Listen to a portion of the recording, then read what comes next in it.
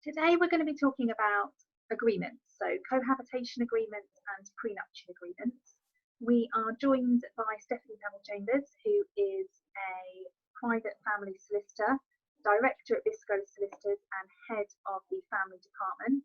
Stephanie has been working in family law for over a decade, so really pleased that she's Makes me feel old. really pleased that she's found the time to speak to us. So at the moment, I much prefer to do this than an hour's worth of home learning with my 4-year-old. Yeah, definitely, I agree. So at the moment, we're in the middle of lockdown. We're week 7 at the time of filming this of lockdown. Lots of people had weddings booked during this period, and it's an awful situation that when they've taken so much time planning for these weddings, they've now had to be postponed. However, it is perhaps a good time to then be considering whether or not a prenuptial agreement would be useful to them. So Steph, can you explain what a prenuptial agreement is? So it's an agreement that you put in place to set out what your assets are, so your capital, your property, your income, your pensions, who is bringing what to the marriage, and how you would distribute those assets if the worst should happen, so if there was a marriage breakdown in the future. It can also set out what would happen in relation to future acquired assets, and we would normally include review clauses as to when this agreement should be reviewed, normally on the birth of a child, if one party were to go bankrupt, or if one party were to fall so seriously ill or have an injury that they could no longer work, because those are the types of things that would have a massive impact on the overall fairness of an agreement reached prior to one of those events happening. So it just provides the parties with a bit of certainty as to what would happen in the event of a relationship breakdown. And we find that it's really useful for parties who are potentially on a second marriage or second major relationship of their lives, and they've already got grown-up children and they want to protect some of their assets for inheritances to those older children later in life. So we would normally look at a prenuptial agreement alongside a will and keeping those things up to date as well. And when prenuptial agreements are mentioned, either when I'm out with a group of friends or when a client sometimes comes into the office, one of the concerns can often be that it's unromantic to even have to raise this with a partner prior to a wedding. What would your response be to that? Well, it's not romantic, I can't suggest in any way that it is romantic, but we often see things when it goes wrong, and in the absence of any form of agreement, it's far harder to then start dealing with matters, particularly when maybe communication is broken down by that stage as well, as opposed to having a concrete document that's already in place as a starting point and you move with that document. We often say it's very cliche, but plan for the worst but hope for the best. No one wants to have this breakdown in the future, but it's better to plan for it. It's the same as having a will. That's not necessarily a nice thing to talk about or think about because you're thinking about your death, but it's an essential document, and it's far better to have these types of documents in place than to not have them in place. Yeah, it's about managing expectations, isn't it? Yeah. Making sure that you're singing from the same hymn sheet. Yes, exactly. Yeah. And so if you've had a prenuptial agreement drafted, is it enforceable? I mean, this is a question that is thrown up all the time. So yes, it is enforceable, provided you have met certain criteria when entering into the prenuptial agreement. So the agreement needs to have been entered into freely. You can't go up to your future spouse-to-be the day before the wedding and say, you must sign this, otherwise we're not getting married. You can't have that type of situation. So we would normally suggest that the prenuptial agreement is entered into at least 4 weeks before any wedding date.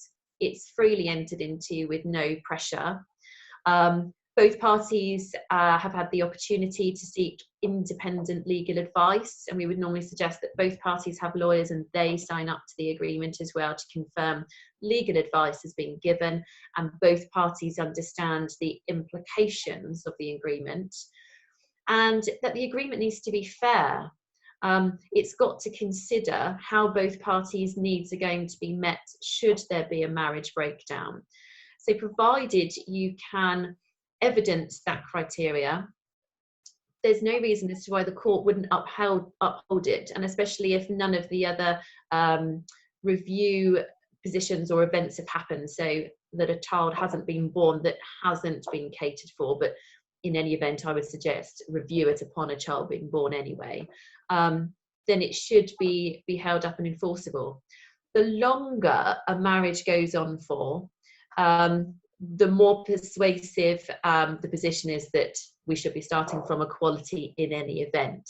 But that is another situation where just keep reviewing it. Review it every 3 to 5 years anyway, to make sure that you're keeping in line with being able to meet both parties' needs should the marriage break down. And these agreements, so prenuptial agreements, they're bespoke, so yes. Everybody's is different. What type of things do people usually include within these agreements? So they normally include whether one party or both parties are bringing particular assets to the marriage that they would potentially like to ring fence off and not take into consideration. Whether there's going to be new assets that are going to be accrued during the marriage and how they're going to own it. Are they going to do it jointly or individually? And if they're doing it jointly, how are they owning it jointly? Because there's different ways of owning a property jointly. So to take advice on that. How incomes are going to be dealt with, capital and pensions, how the children would be provided for, and you can consider children that are not necessarily children of the family, so children that have been brought from other relationships. It can cover a whole host of things, and as you say, it's bespoke to every party circumstances, because everyone's circumstances are different. And in particular, as you go back to what you said originally, in our COVID-19 situation, people have got more time at the moment to think about these agreements, and weddings are being postponed. So they've got a bit more time to think about, actually, let's put all of our ducks in a row, get all the admin done. We've got this extra time now. Let's put this in place to protect us should the worst happen. Yeah. So the other thing I wanted to talk to you about was cohabitation agreements. Yeah. So again, with lockdown and the situation that we're in at the moment, we're having to isolate in our homes. So lots of people that aren't married and are perhaps in fairly new relationships have decided that because of the current situation, they're going to move in together a little bit earlier than they might have done had this lockdown not taken place. As family solicitors, we hear this term common law wife husband marriage bandied about all the time, and it makes our blood boil a little bit. Can you explain whether there is any such thing as a common law marriage? There is not. No such thing as a common law marriage. It's my absolute pet hate. It's a myth. I'm not sure where it came from. It's something that I might Google or ask Alexa later, but absolutely not. A marriage is a contract. It's a legally binding contract. Entering into a relationship is not a contract. So there is no such thing as a common law marriage, regardless of how long you've been together, whether it's 10 years, 20 years, a whole lifetime, there is no such thing. So you do need to be cautious about entering into a cohabiting relationship and pooling money or pooling assets. And I fully appreciate that people are doing that at the moment and want to do that at the moment because of the lockdown situation. It's so isolating, being at home and not being able to enjoy the company of your loved one. And that's why people are moving in together, perhaps more quickly than they would have done in normal circumstances, which is why perhaps they might want to consider a cohabitation agreement. So it's, yeah. Yeah. So what is a cohabitation agreement? Why would they want to consider it? So that would be a contract, a legally binding contract between them, setting out how they are going to live together. So are they going to live in one person's property, or are they going to own a property jointly? If they're going to live in one party's property, how are the bills going to be paid? Are they going to come out of a joint account? Who's going to be paying the mortgage? is there an assumption that if the other party is contributing towards a mortgage, that they should automatically have some form of interest in the property, or actually, no, they should not acquire any form of interest in the property? With COVID-19, we've got people being furloughed, so they're receiving less income. So is the cohabitee who's just moved into that property, who may be on a higher income, paying more at the moment? Should they then start to receive an interest, or still absolutely not? Or is that cohabitee who's just moved in, been furloughed, not working, has now got the time to do some DIY? Are they improving the house, you know, building on some kind of annex on the back and increasing the value of the property? Should they then get some kind of interest or not?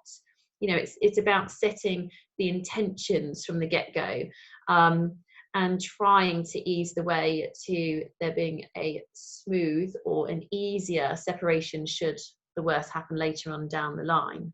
But alongside that, you've got to consider your will position as well. You know, what would happen if one of you died? Would the other still have the right to remain in the house for a period of time or not? In the absence of a will, you know, the surviving person who isn't an owner of the property is in a very, very difficult situation. It comes back to managing expectations again, doesn't it? Yeah. And what you said there was perfect, really. The clients that I see that are having difficulties following the breakdown of the relationship tend to be where they both had completely different expectations of what was happening. So one person had put some money into having a kitchen or an extension built or something along those lines, and they thought that was giving them a right to the property that the other person didn't agree with. Yeah. So again, are these cohabitation agreements enforceable? They are, if they have been executed properly. So again, with legal advice, freely entered into, and that they are legally binding contracts. The court would be could not be persuaded to go behind it if that is the contract that the parties had entered into. Yeah, perfect. And then finally, then, so if you already have either a prenuptial agreement or a cohabitation agreement that you entered into prior to this situation that we're in at the moment, that, as you said earlier, is completely unprecedented, should people be reviewing their agreement? Potentially. It depends on what assets they have. Some asset values have stagnated, some values are falling. So it depends on your individual circumstances and what assets you have. The key is communication. Keep communicating. You know, have we got a change of circumstances here that we need to review? Let's do it then, because there's no point leaving it and then trying to rely on this agreement later in the future if things had changed so dramatically that the court would deem the agreement no longer to be fair anyway. So communicate, discuss between you. Has our situation changed? Should we review it? And then speak to a solicitor, get some advice about, look, this is our situation. We think it may have changed. Do you think we should review it? Ask the question. Perfect. Well, thank you very much again for taking some time out of your day today. I'll let you get back to that homeschooling, shall I? That's fine. Oh, my worst nightmare. You take care. Thank you. Bye.